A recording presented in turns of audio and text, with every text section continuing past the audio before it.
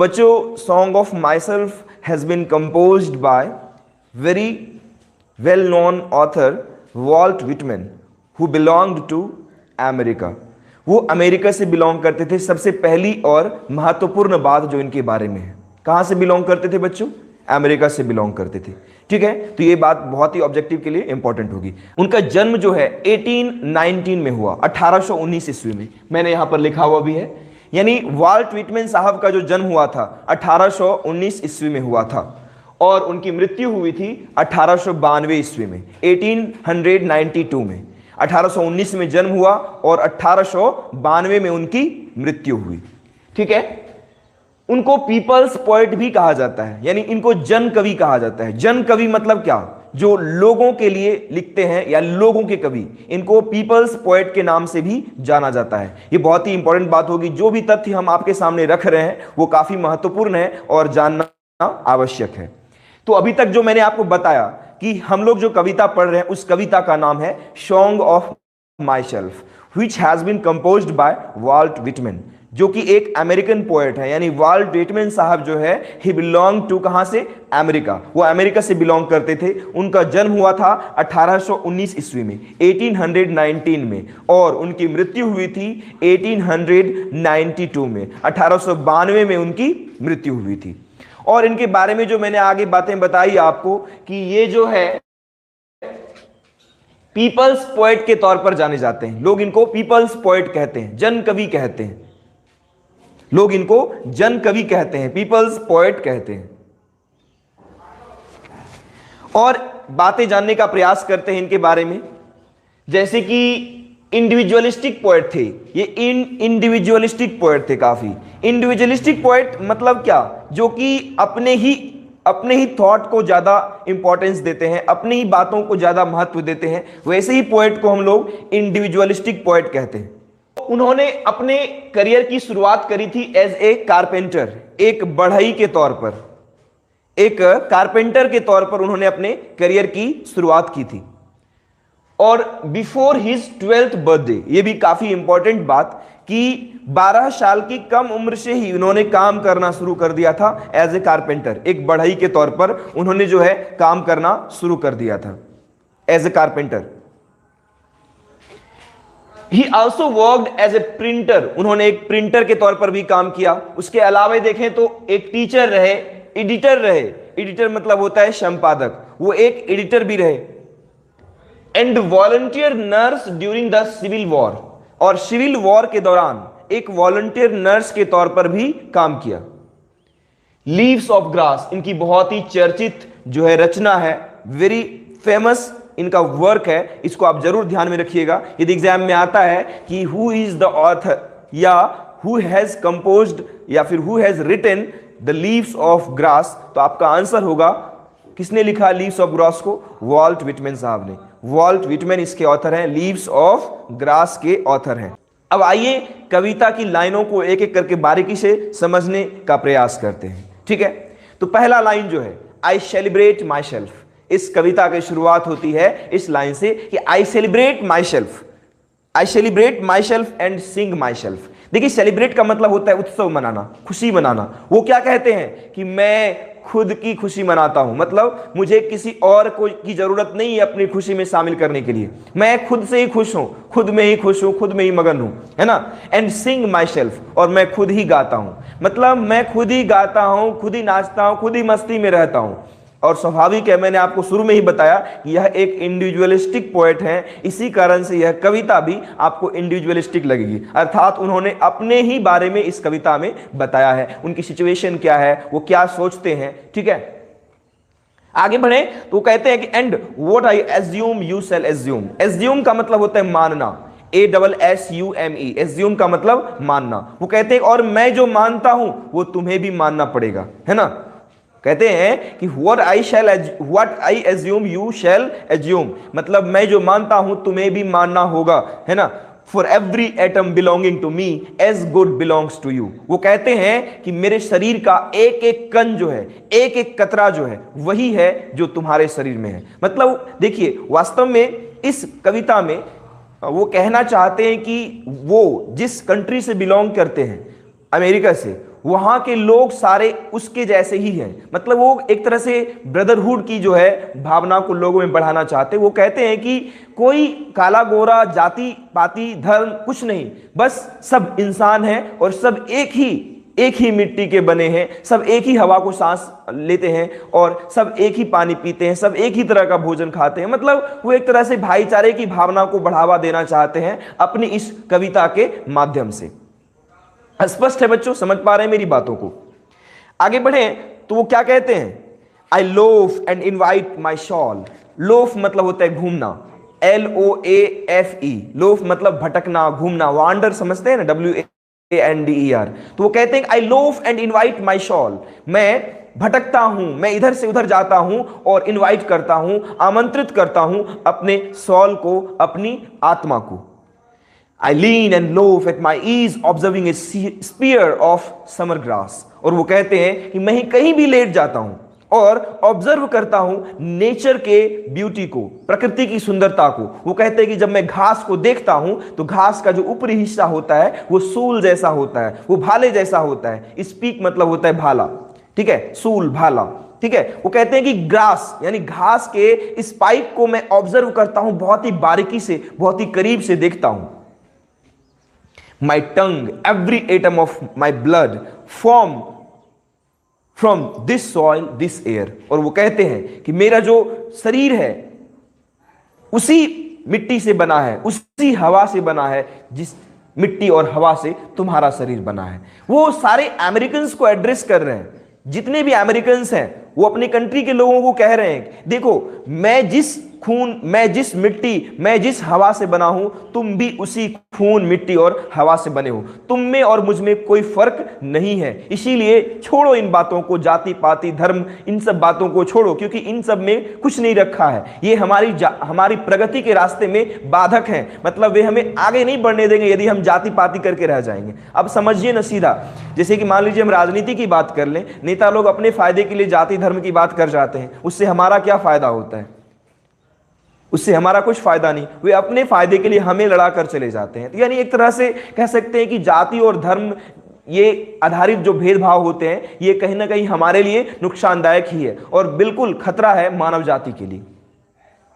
आगे बढ़े तो वो कहते हैं कि born here of parents, born here from parents the same and their parents the same. और वो कहते हैं कि मैं उस पेरेंट्स से जन्मा हूं, मेरा जन्म उसी माँ बाप से हुआ है, वो भी यहीं के थे। मतलब वो कहते हैं कि मेरे माता पिता जो थे वो भी यहीं के थे, उनके माता पिता यानी मेरे ग्रैंड पेरेंट्स जो थे, मेरे दादा दादी जो थे वो भी यहीं के थे और उसके पेरेंट्स भी सब यहीं के थे, इसी तरह से वो भी रहे थे और इसी मिट्टी से वो बने थे। मतलब वो कहना चाह रहे हैं कि मेरी पूरी पूर्वज, मेरी पीढ़ी सब एक ही तरह की है, मेरे सारे लोग उसी तरह के हैं, इसीलिए क्यों भेदभाव हो भला, क्यों डिस्क्रिमिनेट करें लोगों को, क्यों लोगों में भेदभाव करें।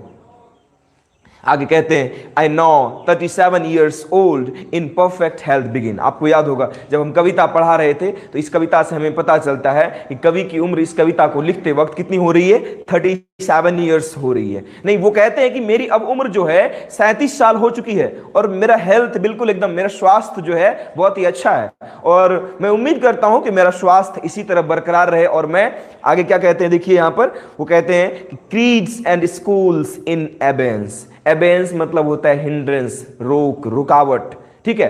वो कहते हैं क्रीड्स एंड स्कूल्स यानी धर्म जाति ये सब जो है, क्रीड मतलब धर्म या जाति, एंड स्कूल्स इन एबेंस। वो कहते हैं कि क्रीड्स जो हैं, जाति धर्म ये सब जो है रुकावट की तरह है, ये एक हिंड्रेंस है, बाधा है ना।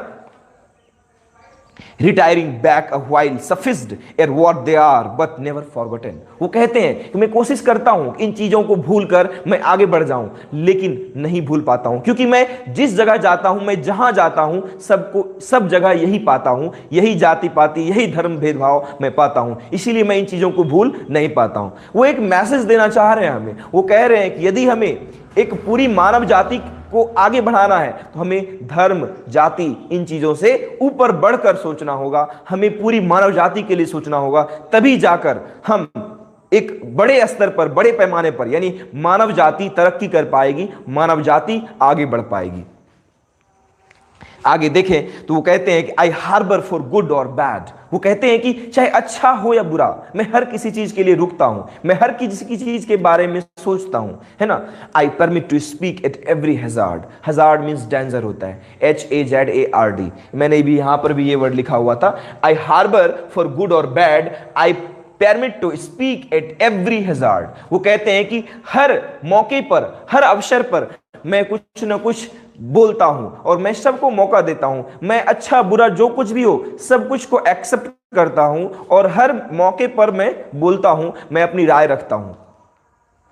और वो कहते हैं nature without check with original energy, और कहते हैं कि प्रकृति में ऊर्जा की कमी नहीं है, प्रकृति में ऊर्जा की कमी नहीं है, बशर्ते हमारे अंदर वो उत्साह होना चाहिए कि हम अपने आप को हमेशा आगे बढ़ाएं, क्योंकि नेचर जो है हमेशा हमें कुछ ना कुछ देता है। प्रकृति जो है हमें नई सीख देती है, बहुत सारी चीजें देती है, जीने के तरीके बताती है। यानी कहा जाए तो विलियम वर्ड्सवर्थ जैसे पोएट ने भी कहा है कि नेचर से अच्छा टीचर कोई नहीं हो सकता। प्रकृति से हम बहुत कुछ सीख सकते हैं, है ना। जैसे बचपन में एक कविता पढ़े होंगे, फूलों से सीखो, ऐसा कुछ करके कविता है, मुझे ध्यान में नहीं आ रहा। मतलब कहते हैं कि हम अपने आसपास की चीजें जो प्रकृति में है उनसे ही हम बहुत कुछ सीख सकते हैं। And we must learn, because यदि हम आगे बढ़ना चाहते तो हमें हमेशा पॉजिटिव रह के अपने आसपास की सिचुएशंस से, सर्कमस्टांसेस से लड़ने सीखना होगा। यदि अपने बुरे परिस्थितियों में भी हम अपने आप को नहीं संभाल पाएंगे तो फिर भला आगे कैसे बढ़ पाएंगे। तो ये सब बातें थी जो कि इस कविता में वॉल्ट व्हिटमैन साहब ने कही है। एक बार फिर से मैं रिपीट करना चाहूंगा जी, फूलों से नित हंसना सीखो, धीरज बता रहे हैं, बहुत बढ़िया।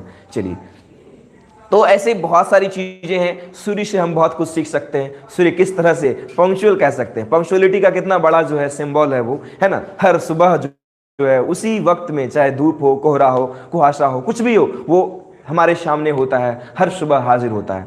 तो एक तरह से कह सकते हैं कि ये कितनी बड़ी बात है, कितनी बड़ी सीख हम ले सकते हैं कि परिस्थितियां चाहे कैसी भी हो, वी मस्ट कंटिन्यू, हमें कंसिस्टेंसी रखनी चाहिए, हमें निरंतर आगे बढ़ने का प्रयास करते रहना चाहिए। तभी जाकर कहीं ना कहीं हम जो है सक्सेस का मुख देख सकते हैं। सफलता का मुख यूं ही नहीं दिखता, उसके लिए बहुत सारी जो है परिश्रम और बहुत सारे मेहनत की जरूरत होती है, और ये बातें सभी जानते हैं, बस हम उन चीजों से जी। तो अब यहां पर जो है कुछ बातें मैं एक बार फिर से रिपीट करूं, फिर मैं आगे क्वेश्चन एंड आंसर्स पर आऊंगा। यदि आपको कोई डाउट्स हो तो जरूर पूछें, या मैं यहां पर बताऊंगा कि हम लोग जो कविता पढ़ रहे थे उस कविता का नाम था सॉन्ग ऑफ माई सेल्फ, मेरा गीत, इसको हिंदी में यदि कहा जाए तो। और इसको अमेरिकन पोएट वॉल्ट व्हिटमैन साहब के द्वारा लिखा गया है। और बताइए बच्चों, मैंने बताया ना आपको कि लीव्स ऑफ ग्रास के ऑथर कौन है, बताइए जरा। लीव्स ऑफ ग्रास, ये इंपॉर्टेंट क्वेश्चन है, मे बी क्वेश्चन एग्जाम में पूछा जाए, ठीक है। लीव्स ऑफ ग्रास के लेखक कौन है, who is the author of leaves of grass. तो लीव्स ऑफ ग्रास इनकी बहुत ही फेमस रचना है। किनकी है जरा बताएं, हम तो जाने कि आप लोग जो है जी बिल्कुल जगे हुए हैं या सोए हुए हैं जी। तो ये leaves of grass Walt Whitman की रचना है, बहुत बढ़िया जी।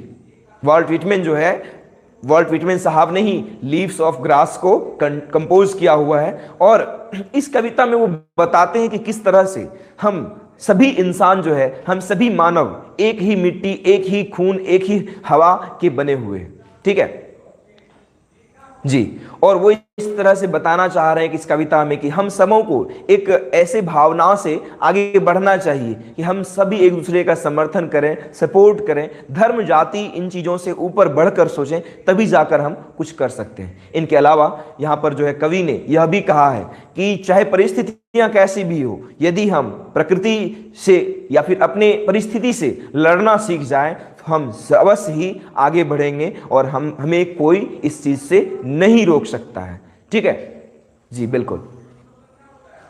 तो कुछ क्वेश्चंस को देखते हैं, आप लोग उम्मीद करते हैं आप लोग जवाब देंगे बच्चों, ठीक है। चलिए क्वेश्चन शुरू करते हैं कि वॉल्ट व्हिटमैन साहब का जन्म कहाँ हुआ, कब हुआ था, ठीक है। When was Walt Whitman born, Walt Whitman का जन्म कब हुआ था। चलिए फटाफट आप लोग आंसर करेंगे।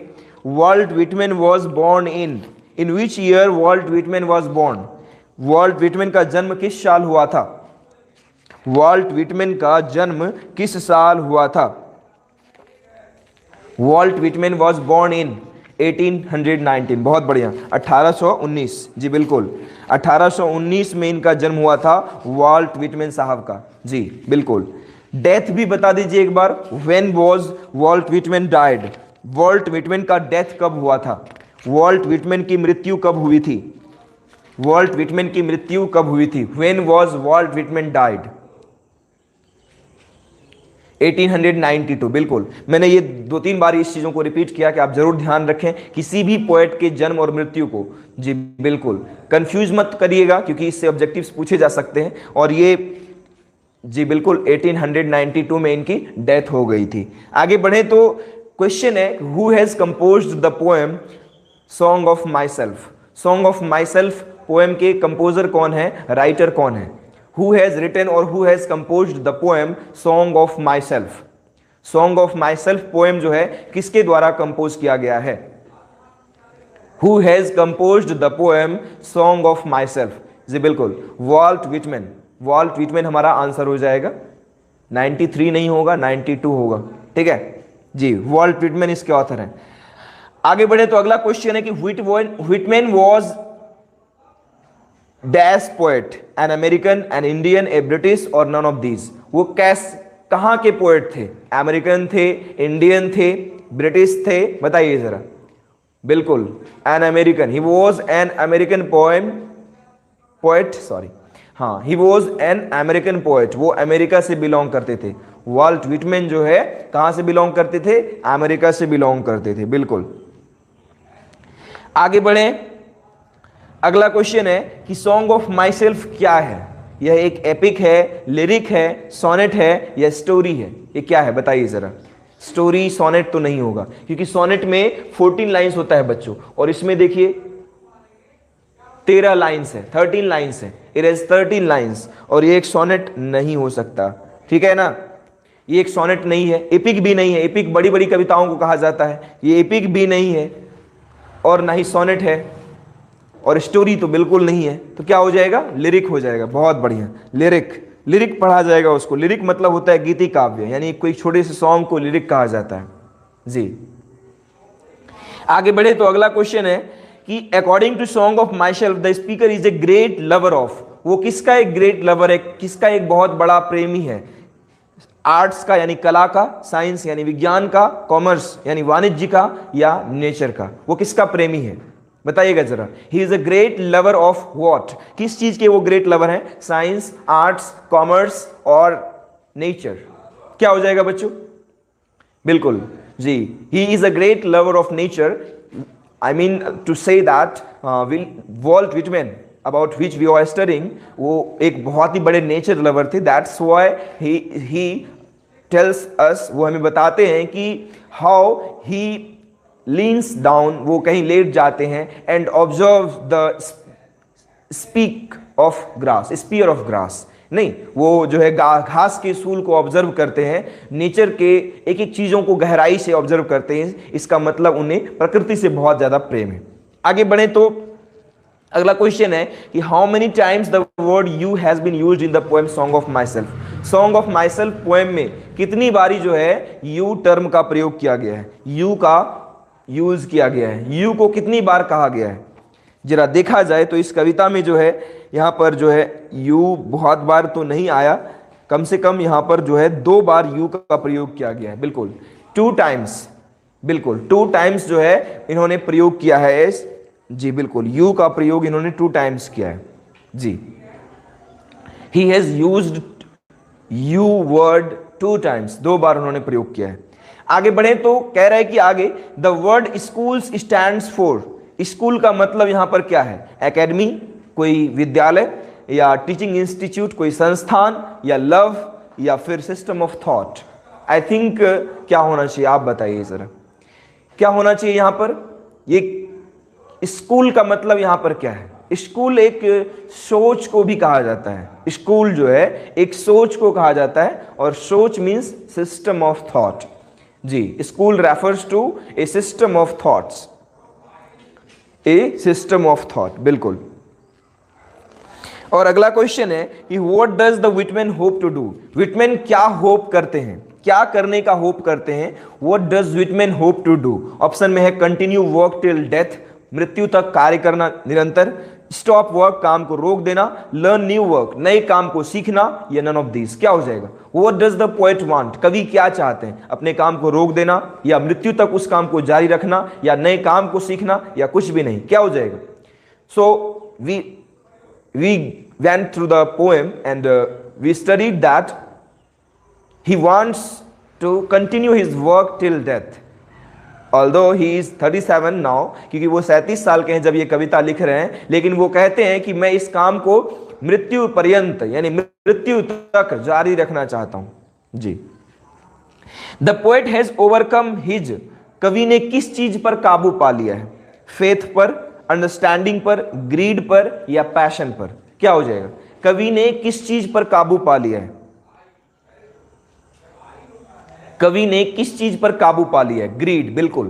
ग्रीड मतलब लालच होता है, ग्रीडी इसी से बनता है, लालची लोग ग्रीडी कहलाते हैं। तो यहां पर इन्होंने ग्रीड पर काबू कर लिया है, ग्रीड पर काबू पा लिया है जी, बिल्कुल। ग्रीड, लालच, इन्होंने लालच पर काबू पा लिया है। क्या बच्चों अभी वीडियो का टेक्स्ट सही से दिख रहा है? पता नहीं, शुरू में शायद नेटवर्क इश्यू था। टेक्स्ट सही दिख रहा है, बोर्ड नहीं दिख पा रहा है।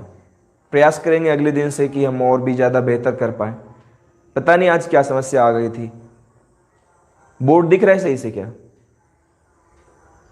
अभी भी नहीं दिख रहा,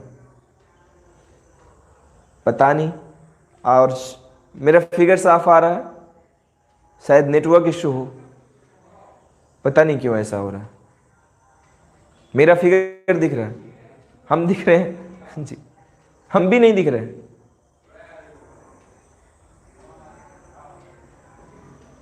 हे गॉड, चलिए कोई नहीं, अब क्या कर सकते हैं, इंटरनेट का ज़माना है, टेक्नोलॉजिकल फॉल्ट है।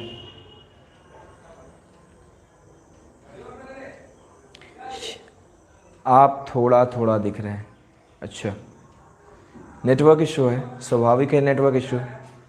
चलिए क्या किया जा सकता है।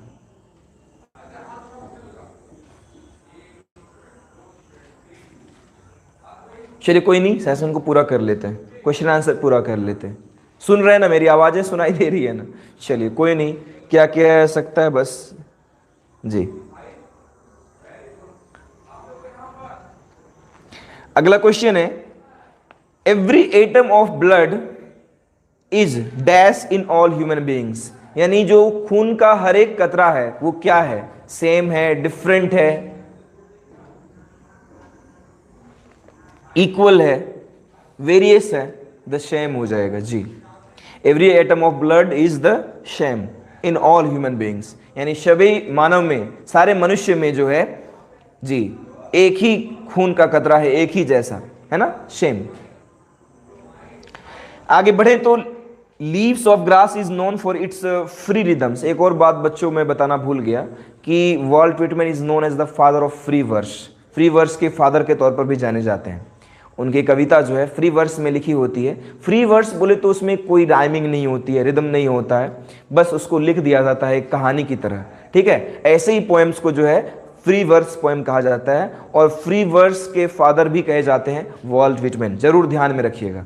Vault Whitman is known as the father of free verse, free verse poem के या फ्री वर्स जो तरीका होता है लिखने का, फ्री वर्स स्टाइल के फादर के तौर पर जाने जाते हैं। और यह कविता भी जो है ये फ्री वर्स में लिखी गई है, because it has no rhyming, क्योंकि इसमें कोई राइमिंग पैटर्न नहीं है, ठीक है, इसकी कोई राइमिंग पैटर्न नहीं है। Song of myself poem जो है यहाँ पर कोई राइमिंग स्कीम इसकी नहीं है, यानी ये एक फ्री वर्स में लिखी गई कविता है।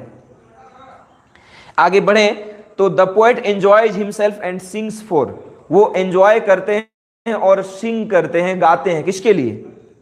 सेल्फ अपने लिए, कंट्री देश के लिए, बिलविड प्रेमिका के लिए, या चिल्ड्रन या बच्चों के लिए? किसके लिए गाते हैं? यानी पोएट जो है वो किसके लिए गाते हैं?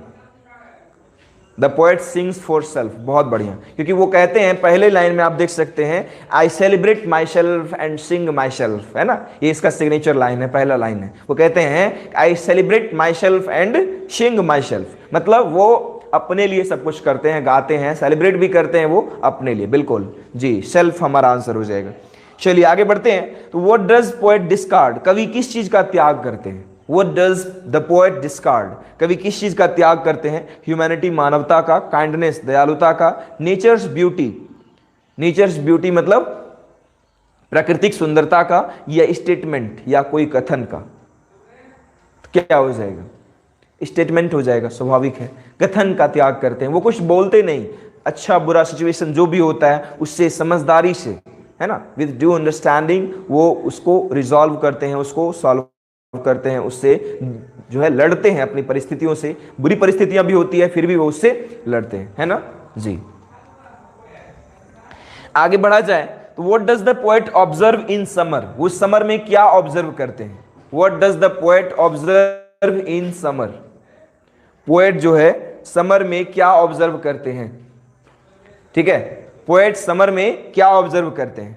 ऑप्शन में है spike of grass, yellow grass, greed, blood, तो क्या हो जाएगा?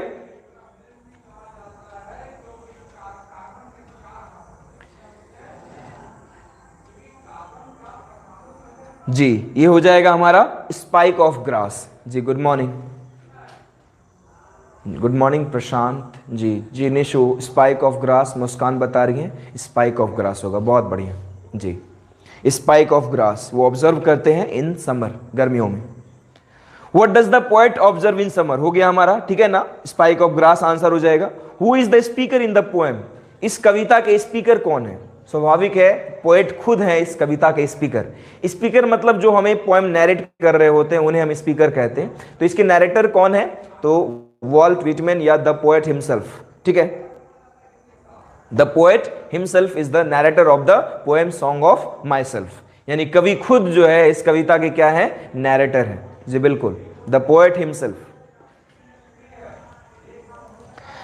आगे बढ़े तो आई लोफ एंड इनवाइट माई, वो किसको इनवाइट करते हैं? अपनी शॉल को, है ना, अपनी आत्मा को इनवाइट करते हैं जी, बिल्कुल, अपनी आत्मा को वो इनवाइट करते हैं। कुछ और क्वेश्चन है, देख लिया जाए। Nature without check with original energy हो जाएगा, यहां पर एक लाइन है लास्ट में देख सकते हैं, nature without check with original energy, ठीक है, nature without check with original energy, यहां पर एनर्जी हो जाएगा। अगला क्वेश्चन है कि who himself is the speaker in the poem song of myself. The question is repeated and you may answer easily that who is the speaker of the poem. तो इसके speaker हैं कौन? Vault Whitman साहब जी, clear है, बिल्कुल। चलिए आगे बढ़ते हैं। अगला क्वेश्चन है कि who is the whispering neighbours, whispering neighbours कौन है? Messenger of death, friends, enemies, none of these. Whispering neighbours कौन है? तो मैसेंजर्स ऑफ डेथ हो जाएगा, messengers of death, whispering neighbours हैं मैसेंजर्स ऑफ डेथ। हालांकि ये क्वेश्चन दूसरे पोएम से लिया गया है और कोई नहीं, चलिए इसको तो पढ़ना भी है वैसे भी जी। आगे बढ़े तो अगला क्वेश्चन है कि व्हाट इज इनएविटेबल, क्या इनएविटेबल है, क्या अटल है, क्या निश्चित है? व्हाट इज सर्टेन, कल भी हमने पढ़ा था डेथ इज सर्टेन, मृत्यु निश्चित है। क्या निश्चित है? मृत्यु जी, death is certain, death is inevitable. Inevitable मतलब अटल होता है, ध्यान रखिएगा, इनएविटेबल मींस अटल, निश्चित जी, बिल्कुल। आगे बढ़े तो Walt Whitman is dash years old, कितने साल के हैं वो? वॉल्ट व्हिटमैन कितने साल के हैं?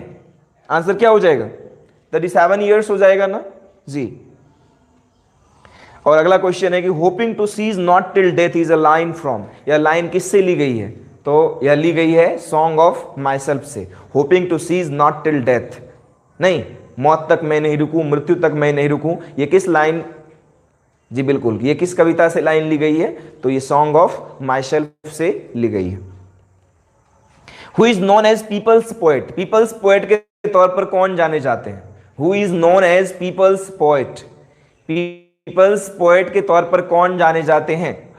Walt Whitman will be the again, है ना, बिल्कुल, वॉल्ट व्हिटमैन ही हमारा आंसर होगा। और देखिए ये क्वेश्चन आया हुआ भी है कि who is the father of free verse, मैंने क्वेश्चन आंसर में दिया है इसको कि फ्री वर्स के फादर कौन कहे जाते हैं? फ्री वर्स के फादर कौन कहे जाते हैं? वॉल्ट व्हिटमैन जो इसके ऑथर हैं जी, वॉल्ट व्हिटमैन ही इसके ऑथर हैं और उनको फादर ऑफ फ्री वर्स कहा जाता है, फादर ऑफ फ्री वर्स। अगला एक and what I assume you shall, क्या हो जाएगा, यू शैल एज्यूम। और अगला है कि my tongue every atom of my blood form from this soil this air हो जाएगा। ये भी लाइन को पूरा करना है, देख सकते हैं यहां पर मैंने लिखा हुआ था, यहां पर my tongue every atom of my blood formed from this soil this air. ठीक है जी, आई थिंक समझ गए आप लोग। ठीक है, और एक लास्ट क्वेश्चन है creeds and school, creeds and school, देखिए एक लाइन ये भी आया हुआ है, क्रीड्स एंड स्कूल इन एबेंस, तो इन एबेंस हो जाएगा जी, बिल्कुल क्या हो जाएगा, इन एबेंस, क्रीड्स एंड स्कूल इन एबेंस।